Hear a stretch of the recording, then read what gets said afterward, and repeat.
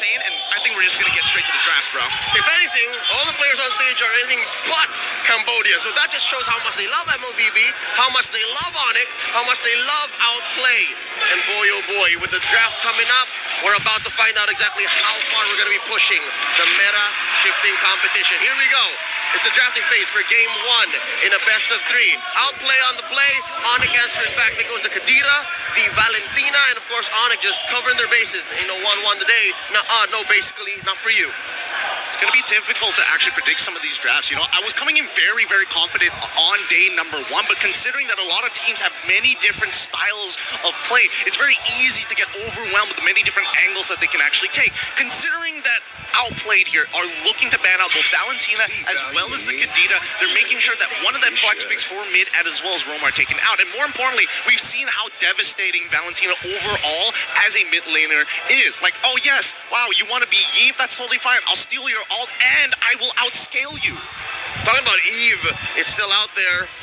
ONIC answers back, taking out the Fredrin. I think they know that it's a flex pick, despite Best Player 1 being known for his assassin picks. Oreshikin might as well flex. And again, if you put a hero that's about as deadpan as a Fredrin, that gives Oreshi all the more the flexibility to watch the map, make the calls, and take control.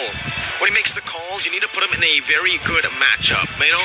Often you want to put him in a winning matchup. So something like the Arlet could definitely come through first for Outplay, just to give him that stability in lane. But for Outplay, they're just taking a few of these heroes that are looking like Sans' heroes, all 3 of them. Yep, no Gila Sans, no. Finally, we get to see the glue ban.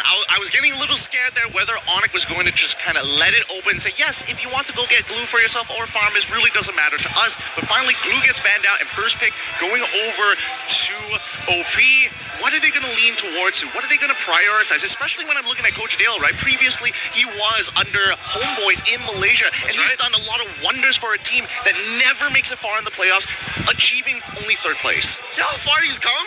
Prior to that, he was in Myanmar. Right? So again, you have to consider the depth and the breadth of this man's knowledge. Like, how you think he's thinking? Is it Hoon? He's going to give the heave here? I think that definitely could be the answer for this composition. And Eve gets first picked here for OP. We've seen many times before. Right now, it's actually in a 100% ban/pick rate. So it is the most popular pick for MSC 2023. And especially considering, Dale has the experience of coaching for a lot of different regions, for all the regions technically now. He definitely understands that stability is very important to create that spectacular draft that you need. This is one of the foundations for the draft that he wants to create, and Eve is just perfect against the Paramis and everything that's open for ONIC. Exactly. I mean, Paramis is basically out of the pool at this stage of the game. ONIC, they're going to go for the Lancelot as well as the Claude, the Swiss Army knife of the marksman lane, and more importantly, one of the best junglers that we've seen so far, getting his hands on the top meta pick in the jungle role, Lancelot. So far, so good. Between OP and ONIC in the first phase, nothing out of the ordinary. We might not have to see Coach Dale, Coach Adi, and Coach Yeb flex as hard. But then again, as I say those 3 names in total, is Dale not outnumbered? Yeah, sure, he's playing for Outplayed, but that's 2 brains on the other side. It's Adi and Yeb. 2 geniuses. 2 of the brightest minds in MPL Indonesia, most definitely. And I think they're working together really well because Yeb handles the draft for the most part. Adi handles the in-game stuff. And that mix has really made ONIC level up. But as we mentioned, Arlet for Ureshi. Just a solid pickup here. They go for the Kufra. What do you think about that? I personally like it because, again, you're seeing 2 dashing heroes. Obviously, Minstar would be the absolute counter. I will let you go out of here. But at least with Kufra, you have that flexibility and more, I would say, a safer way to look for these initiations. Yep, it's the better way to set up a box. It doesn't make you go all in. If you go Minsitar Eve, it's so honest. You're so sure. Now, the young man on screen right now, the young Kyrie Rayos del Sol said, only if Outplay can get lucky in MSC. I'm disappointed that BTK didn't make it, but it's not luck. They're the 2nd strongest in NA, but I just think, and I feel sad for Mobazain. Oh wow, he's built a bond with his colleague in the NA. He wants to work with him again, and of course, he wants to see them there, but no matter what happens, he just wants to win. Just like a true competitor, quoted like an absolute champion here. Now let's come back into the draft. I'm seeing the Bane getting banned out, right? See, this is the meta shift that we're talking about. Something that we might expect to get picked up by or outplayed at some certain point. But that's not all, right? We do see the Farsa also get banned out. Fanny as well. That's what I was going to point out later on. But Coach Yab, he is on it today. At this point, they might just go for the Lilia ban, man. That's the other hero. That's the only other hero that I think Sans has played in the mid lane as a mage. Sure, we've seen him on Lunox, we've seen him on other heroes, but in this meta, I think the Lilia should just be the next ban for Outplay if that's the deal. They want to shut Sans down so hard. And yeah, called it 5 bans to Gila Sans. Mr. Worldwide, not showing any quarter to the MPL ID Season 11 Grand Finals MVP. The smiles, though. What's left? Yeah, Kyrie knows. Yo. Dale is serious. More like Kyrie's like, finally, it's not me this time. Oh, boy. I do hope to see something a little unorthodox from ONIC, right? You know, a lot of questions have been asked about whether Gusion might actually come back into the meta, whether or not that's going to be good, but they're forced into farmers. They're doubling down on this. Is to true. 0% win rate, man. I think the stats speak for itself, especially up against an Arlet, Kufra, and Yves. Not too sure about this Faramis pick. I agree. Has it come to the point where Faramis has been nerfed to the ground? I wouldn't say that he's been nerfed to the ground, but there's just too many things that interact with his abilities that make him pretty obsolete. I think in this case, at least it's somewhat of an insurance policy. Maybe a 1.5 seconds buffer before the rest of the composition comes into that backline. And now a statement from Hoon on how he feels about representing NA for MSC. He's not that proud to be here because, again, they're second place. But he'd like to tell his opponents that only one team gets to have revenge, and that's us. Oh, that confirms it. They're out for blood. 99.9%. I asked them, me and LaFell actually asked them, what are the chances of you guys winning MSC? Dale responded 99.9%, so the confidence is still there. The Martis and the Beatrix, a solid front-to-back composition. They want to be placed in that box, and they want to live comfortably in that box. Such a traditional siege composition, but if we're looking at ONIC, they want to go straight into that backline. They want to dive as hard as they possibly can. If they can punish Kun in the earlier stages of the game, I think it's very possible. But that's the relationship between the EXP and as well as the jungle, both of which I think Outplayed have their eyes on. I mean, look at these matchups, right? Arlet should be able to hold on for a good amount of time, pre-level 4 against the Yuzong for a good amount of time. Maybe he won't be able to rotate as fast at level 4, but at the end of the day, if you push him back into the box, it's rough. And ONIC, one step ahead, locking in. You want to find in the box? No problem. We have an insurance policy and we have a Minotaur. So much AoE for both compositions. I mean, the Faramis and the Minotaur with the Claude and the Lance. Oh my lord, so many AoE. So it's just going to be both teams looking to skirmish. And again, the key here is going to be the re-engage. Let's see what the world thinks. A majority, of course, going over to ONIC, and it's all ONIC, so OP definitely the underdog. Wait, hold up. Singapore, a large majority of Singapore is leaning towards Outplayed here. That's interesting to note. Singapore also rooted against RGSG's opponents 2 times, Phoenix and Evo, so I don't know what's going on in Singapore. It's about maximizing your MSC guest points. That's the main idea. You got to start looking for these competitors that can double, triple your profits as we're starting to jump into the game. Here we go, game 1 in a best of 3. This is for that slot in the knockout stage. It's Outplay going up against ONIC. Outplay are in dangerous territories here. ONIC have already gotten 1 win. If they lose here, especially 2-0, they're going to have to go up against Burn X Flash. Home ground advantage to secure the knockout stages. Now, let's keep in mind here, looking at how the starting lineup is going to be, and especially for both compositions, we're not seeing anything funky happening. It's very standard, very default for both sides. Yep, no double XP start, so it's a man-to-man roam, but look at how deep Sans is. What's he thinking here? He just wants to get vision. This is how Sans usually plays with the recalls as well. He's got to be careful here, though. Off to the down MP, good read. Kyrie able to secure the lethal Wanderer. Something I want to bring up, though, is Areshi's choice of talent here. He actually went for the Unbending Will instead of the tenacity that we usually see on Arlet. I'd say 9 out of 10 Arlets these days play the Unbending. Well, 1 out of 10 play the Unbending Will. The other 9 would play the tenacity. Personally, for me, I love it. I love the Unbending Will because the main idea is if CW decides I'm going to jump into the middle of this fight, somebody needs to finish him off, and obviously it's clear that CW, he should be okay, right? Yeah, totally fine. He's able to battle mirror image in time, but at the end of the day, right, it's going to be whether or not this Arlet can take out CW during the mid game. Towards the later stages, it's going to be a little bit harder. Absolutely. I mean, looking at it again, both teams are just playing it super slow. They both want to contest for the first neutral objective, having a Martis and a Lancelot. So they are going to be transitioning over to that XP lane just in a bit, and you'll see already, Veramis, Sans first on the board towards that XP lane. I think a lot is riding on Kyrie's shoulders because you can't expect Keyboy to just walk in freely and get a Minoan Fury in the middle of the box to change the fight, right? Kyrie is going to have to bait out a couple of spells, and this is what we're seeing here. Keyboy is going to hit level 4 before joining. Okay, charging in already, Shark. Tyrant's Revenge going to be able to connect onto Boots, but he doesn't have the Tyrant's Rage just yet. Kyrie with the Phantom Execution, canceled away. Boots looking to re-engage already onto base player 1, who will use the Mortal Coil to disengage. Oreshi in the midst of it all right now, caught in, has the final slash to get the reset on the Vengeance. ONIC holding on to that turtle. San trying to zone best player away as he pops in a Mortal Coil. No more Mortal Coil to play for. Keyboy going to be knocked up. He does have the Minus Fury right now, and he will be able to use it right now with the Ultra to help them out. Kyrie wins Retribution battles. Best player 1 is forced to back away. The RWM locks them in place, but Kyrie and Sans jump to the back. It's Reshi who finds a trade back, but it's only the Roamer here traded in, and he is caught in a tough spot. Able to use the Vengeance once again. Sans knocked up, has the Shadow Stampede, but Tyrant's Rage locks him down. Sans might just be taken down here, but Kyrie finds in the trade. Sans falls in the back. Shark now going to be targeted down by Booth, who's looking for the kill. A few more hits should do it. He does not have Flicker. ONIC win out. It's a 3 for 2, and they get the turtle. What a long extended fight there. While all this was happening, CW did get chunked out pretty hard, forced to recall early on. Basic is holding on very nicely to his lead for now.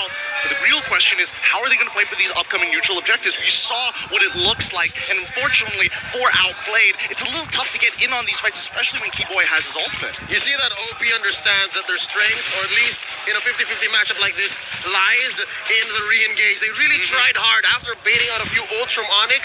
They had that step in, but from there on, ONIC understood that, yeah, no, you can get a better re-engage, but when we're able to split you up and go for the 2-for-1s when you're not ready for it, they're going to win out, and that's what got them this 1K gold lead in under 4 minutes. Can we also talk about the fact that every time we've seen a Minotaur so far, it's not like everybody immediately starts switching over to Purifies, right? Nobody on the side of OP decided to go Purifies. They wanted to have their flickers available to make the play. That re-engage like you talked about. They don't want to sit there and anchor down.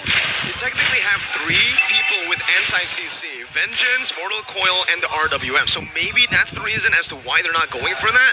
For Basic, I think on the Beatrix, it's just natural to go for the flicker, right? You don't really want to go on that Purify. It gets you out of the lane so easily, and yeah, the Purify is just not a good mix, I think, with the Beatrix. If anything, it's ONIC who's respecting that fact, right? The RWM is on almost for sure catch. Look at this, Shark.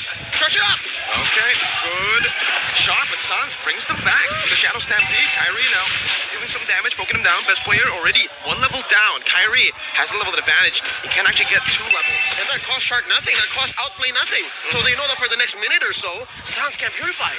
Yep, they know that for a fact. More importantly, the ultimates are all available for both sides. But wait, hold on.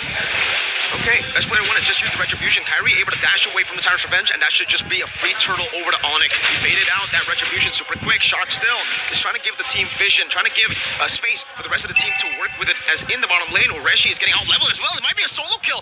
Boots jumps in, the passive is fully on. Kyrie doesn't decide to rotate down below, but Oreshi is forced to use Flicker defensively. Are they going to convert on this? Are they going to... No, Kyrie is not going to break from his path. He needs to make sure he ends up on that top side of the map rather than helping out with the bottom side, because generally, you're not really going to interact with Arlet anyways, and half the time, it's going to be Basic who's going to get targeted down in these major fights. On the other hand, right, best player has not been able to find the space and time to really get in on this, right? Early game artists are expecting to get early decimates, to finish off kills, but the way that ONIC is moving across the map, making sure that there's no holes in their defense. I'm loving the pressure that ONIC is placing down on the OP. It's slowly but surely. They're not ballooning out of control. It's a slow 1K, 2K gold lead over the past 6 minutes. And because of that, they're winning the lanes. ONIC, bottom and top, even mid. Look, it's a 2v1. And then here up top, it's a 3v3. And they're sandwiching OP. Look at the positioning. Yeah, no. And yeah, they leave Oreshi down bottom, but I'm not so sure what he can get there. Keyboy Minute Fury, no Purify. And that's what it does. Everybody locked down. Who's going to be falling right there as he pops in the real world manipulation to sustain. Best player 1 rotating up top, but he's a bit too late to the party as he's going to be chunked down. Shadow Stampede not just connecting just yet. Arrows Revenge blocking Kyrie down the bouncing ball as well, stopping him from using puncture, but he still is able to play it slow to get out of that situation as ONIC just pick up a free turret. Really good timings on the Thorn Rose, dodging a couple of hits and especially dodging the turret shots to put him into lethal range. 30 more seconds till Turtle comes back up, and if you look at the ults, Sanch technically get his call Altar relatively soon. In the meantime here, Boots with that 1-kill lead, and especially with the Black Dragon form and the fact that he is able to disrupt so many members from the side of OP, all of their flickers are basically down. Well, synchronized, Shark get a catch. Bouncing ball as well, Kyrie locked down, but he just stays there. Thorn Rose puncture out. Calm, cold. All right, admit it. Who is sweating here? You have to admit, you gotta be a very confident jungler to sit in front of the nearest Ashen, open up the sidebar just to see the items. Here we go again. Kibo and Sons brought together. CW is already down below right now. Chunking Shark pretty low, half HP. Doesn't have the regen, it seems, right now. CW is going to be able to regen back up. Seems like Kyrie is able to clear out the purple buff already. Getting that level lead once again. Secure the turtle. There's no contest from Outplay. They tried their best to go for the mid lane.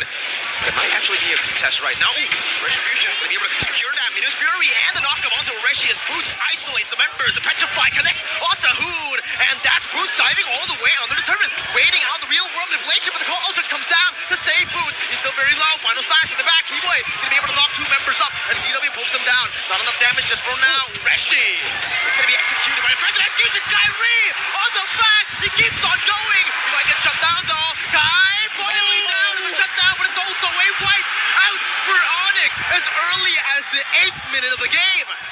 You see how the 2K, 3K gold lead came into play. They were able to juggle underneath, and yeah, Shark keeps getting these catches, but to no avail, there's no follow-up. Wait. Okay. He's good. Shark is able to walk away from that, but you gotta admit, Kyrie sees angles that most people don't, and the fact is, they knew, and especially when you're looking at Hoon here, he played it as great as he can, right? He was managing the shot residue. He quickly dropped down the real world manipulation to keep himself alive, but look at the angle that Kyrie finds to hop the best player right on top of Hoon to secure this kill, buys enough time for the rest of the team to start wiping them out. I mean, it was a wipeout for the cost of maybe a couple on the way out, but they converted out their minds, went all the way as deep as tier 2 in mid. So that's a main artery that Outplay cannot farm from anymore. And it's not like basically he's having a great time. You see how CW was just free farming, free hitting in mid? He is just getting so much gold here. Let's look at actually. Oh, that was Almost 2,000 ahead. God, this is not going to be an easy game at all. And the worst part for Outplay is the fact that their tier 1 structures are already gone, and the mid tier 2 is gone. The entire jungle is basically Kyrie's at this point. Best weak side goal laner in Indonesia, CW, right? We named him that, and right now he's showing it. A lot of them rotations early on was mostly just 2 words. Boots getting him ahead in that winning matchup already, and CW is able to farm up so well. And the fact is, I think I saw Shark more often in the gold lane, so the fact that he's able to just sustain, this is why the Claude gets picked up. The Swiss Army knife with the Purify as well, unkillable. Shark's not only in the gold lane. Shark is in bushes wherein he's looking for kills that Outplay has no business going for. He started doing this at about minute 1, minute 2, and it's not converting. So I'm guessing it was a tempo misunderstanding between the rest of the team. So yeah, no, now Outplay is catching up. There's no way they're going to contest this. Sure, there is a push up top that basically bought for them, but no. The 1 scores the first Lord for ONIC here, slowly ballooning up to 7K ahead in 10 minutes. And a free turret too. There's nothing OP's getting. Yep, they're not getting anything, but that's totally fine here because remember, OP have high ground defense, and I think that's going to be really important. We've seen in the last match what high ground defense does for you. It buys you that extra bit of time, and if you have to drag this out to 20 minutes, OP are going to have to make the attempt to do so. All right, what are you supposed to do right now, right? I mean, for Outplay, I think there's only one response to this play. It's to just turtle up in the base. That's right. But ONIC have a pretty good siege. Don't push it. Starting up with the RWM. Pop that holy shield. They're not going to get enough off of this, and I think even ONIC recognizes that. And this Lord's too weak. We'll wait for the next one. And I think even for outplayed, where do you go from here? Who can you really punish? Because Keyboy, he can hold on, actually hold OP hostage with the Minoan Fury. You never know when he's going to come in with it.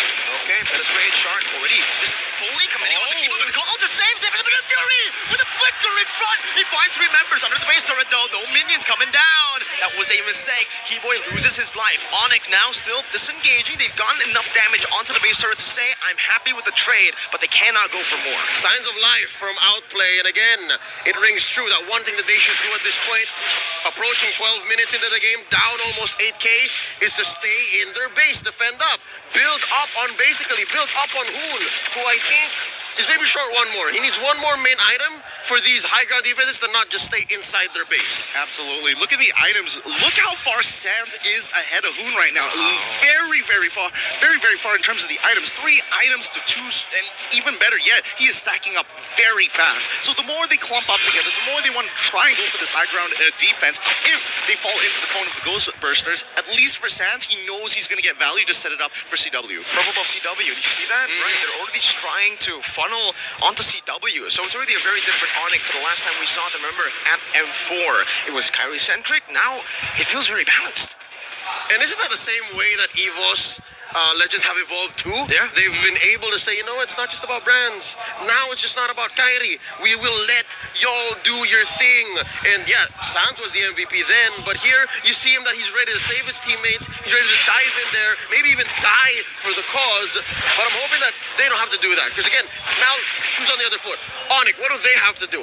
I'd say wait for the Luminous Lord. They'll crash in, and I'm seeing at least 2 inhibitors going down. Yeah, you know, at least for Outplay, they're playing extremely disciplined right now. They know that walking out of the base is just a little too risky, especially with gold lead developed by ONIC. 8.2k so far, the current gold deficit, and with the next 42k mark from the side of ONIC, you can expect that their cores will have at least 4 of their core items. It's rough to begin with, and I think 2 more lords until OP is able to equalize. 2 lords, maybe one of them stolen. Like, I think they can survive 1 more lord that's on ONIC, and then maybe they can try to steal for the other. But something to note, I didn't notice, ONIC's draft, there's very little magic damage. But the fact that Ureshi had to build an oracle for himself means that he's respecting Sans. The fact that Ghost Bursters might deal enough damage to take down this unbending Will Arlott. And it's strange to see because ONIC aren't really clumping up in these team fights, right? Usually when you have a cold ultra to play with, you want to just clump up, and that's why OP really went in on this box composition. Thing is, ONIC have been very sporadic in the way they tackle these team fights, but like you mentioned, low magic damage, only Sans. Basic, just bottle win in nature. So that is definitely a power spike for him that he can utilize. Well, don't forget, keep your eyes on Keyboy. He's got his flicker back up again, and we saw how much damage he can do with the Minoan Fury, and with the 3rd hit of it being flickered into the middle of the enemy team, getting big knockups as well. At least for Outplay, they can recognize we can try to cancel it out, but that's a lot of resources that's being dedicated to Keyboy. Here we go, Lord, crashing on through. Mid goes down, bottom up next. There's a wave up top that Kyrie's brought in.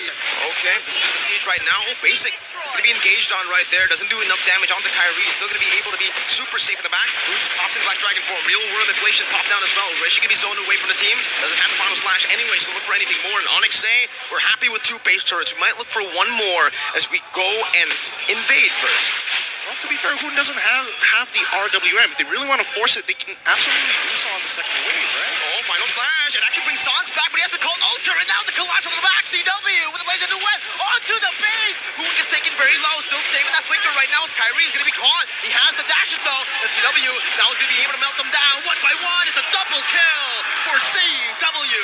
A 3 for 0 as ONIC will still pull back the discipline. They do not want to force it. It's dangerous. They're very low. They're very low. It's hard. Kyrie might survive, yes, but maybe not Kiboy. Maybe not CW, but they're still going to push. 16 seconds on the clock for the death timers right now. The base is wide open, and CW will just go for it right now with the battle mirror image. 15 minutes in. No minions, but does not matter. Dominance in game number 1 presented by ONIC. I told you, as soon as that RWM is down, at least they know for a fact they cannot force anything onto ONIC's side. So they're the ones holding the tempo. They're the ones holding the initiative.